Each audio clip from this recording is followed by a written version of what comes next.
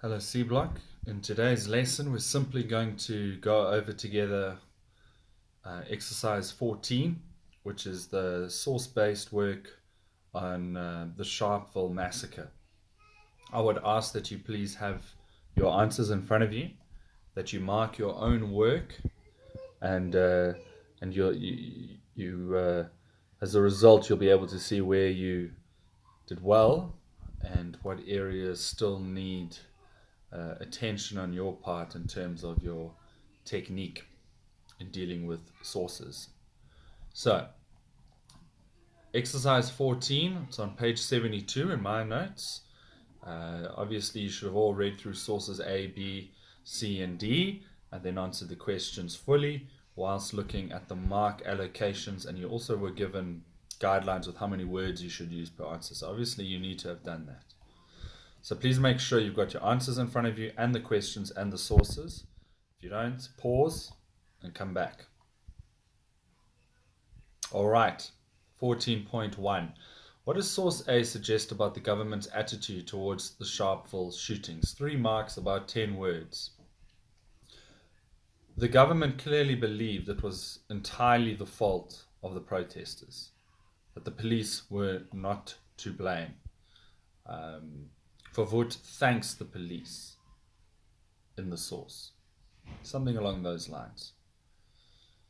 But obviously only 10 words are needed. 14.2. So now you have to refer to sources A and B. According to source B, what arguments did the government use to justify the police actions at Sharpeville? By 15 to 20 words. Now, it's not asking for a critique here of the government's justifications. It's just asking you to present what the government said in their own defense.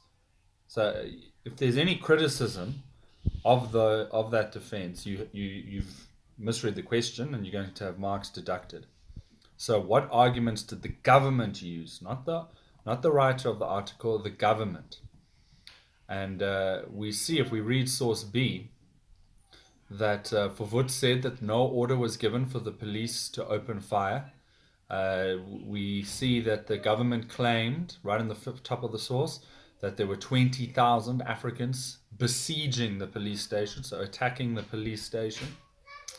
And those are their chief arguments that the government used to defend themselves, that they were almost attacked, the police, by 20,000 protesters, which is obviously a fairly terrifying number, and that there was no order given to fire. It was simply a spontaneous act of self-defense, in other words. Okay, you're not allowed to criticize it. They just asked you to give what the government's defense was, as found in source B. How reliable do you find the information from the witnesses to be? Justify your answer in about 20 words. Remember, reliability. We've spoken about this. In this case, I think you've got to stick really closely to... It's not asking you if the source is reliable. It's asking you if the witnesses are reliable. So you have to stick closely to the question here. And we'll see, first of all, the witnesses gave affidavits. So that's a sworn statement. So that's a support of the reliability. Then the bishop who was interviewed said all the affidavits contradicted the government account. So meaning there was wide agreement amongst them. They all agreed that the crowd was not armed. They all showed that the white police did not give a warning. And their argument is supported by the fact that there had been the overwhelming number of injuries were in the back, which supports their statement. The fact that they all insisted that there was a non-violent protest, and also that these witnesses could not have concocted the story together because they were in various hospitals and various wards. So this all points to the fact that these witnesses are probably reliable. They came to the same conclusions independently. They swore in an affidavit, and they all were in agreement. And the wounds, the nature of the wounds, backed up their account that the police opened fire on a retreating crowd, not on an aggressive attacking crowd. In what ways does Verwoerd's 14.4 description of the police's action source A conflict with the information in source B, about 20 words? So you have to go back to source A. Verwoerd said that the police were courageous and efficient and they were controlled. In source B, we're told that they're not really disciplined. They're not controlled. They gave no warning, which is obviously not the way to disperse a riot or a crowd, and they started shooting people in the back, according to how the wounds were presented in the hospital. So they were seemingly not efficient or well disciplined. They were aggressive and quite brutal. 12.5. Which of the two newspapers do you believe to be the more liberal? Write down just the letter of the source, 1 mark. So liberal here means on the cause of freedom. It's one of those tricky political terms like left wing and right wing, because sometimes they blur into each other. But in the context of apartheid, a liberal white newspaper would be a newspaper that was sympathetic to the anti-apartheid cause, while a conservative or right-wing newspaper would be those who were sympathetic towards the apartheid government. So, which is the more liberal out of sources A and B? It's obviously B, okay, clearly. Refer to source C. What were the stages, the distinct stages in the behavior of the crowd? About 30 words. They have to be fairly descriptive here. Initially, they are unruly. They become unruly and they have weapons. Then they surge to the barrier and then they rush away in panic. So those are the 3 stages.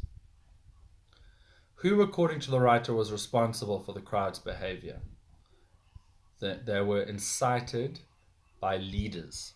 So it was the leaders of the political groups, of the anti-apartheid groups, that were responsible. You should quote incited by leaders there. In a brief paragraph, analyze this piece of writing as a reliable source of history. Focus on intention, bias, evidence, etc.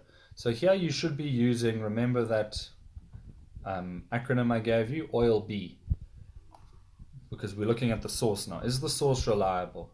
So origin, intention, limits, bias, and you've got to quote examples of bias, and then you've got to say whether it's reliable or not and come to an answer. So the origin, it's an Afrikaans historian who wrote from his book The Making of a Nation. So clearly its intention is to show the rise of the Afrikaners, and that immediately we see the limits of it. It's not focused on the black nations. It's not focused on the black peoples of South Africa. It's merely looking at it from one perspective, the Afrikaners. That's its limit. Its intention is to write a history of the Afrikaans people, and this shows basic sympathy towards the Afrikaans people, as exemplified by the apartheid government. So that's its limitation. And then we see examples of bias, because the people are incited. We are told that they are going to defy the authorities. They're unruly. They're armed with all sorts of weapons. They surge, and they rush away in panic. So these are all words which have a negative connotation, which are given to the crowds. And then sources C and D, according to this writer, so source D here, how big was the crowd, and compare this figure to that given in source C. So Alan Paton, a liberal politician, he also wrote Cry the Beloved Country, which you should remember. He says there were only 2,000, whereas source C said 20,000. So obviously source C is trying to make it seem as though the police had every right to look to defend themselves against a massive crowd. But the consensus really was that it was a much smaller crowd. But all you needed to say there was Peyton said it was 2,000. The source C said it was 20,000. Compare this writer's description of the crowd to that of source C. So in source D, we see the crowd described as unarmed, we're told that it was their decision to hand in their pass, that they were ready to be arrested, that they were not there for any violent reasons.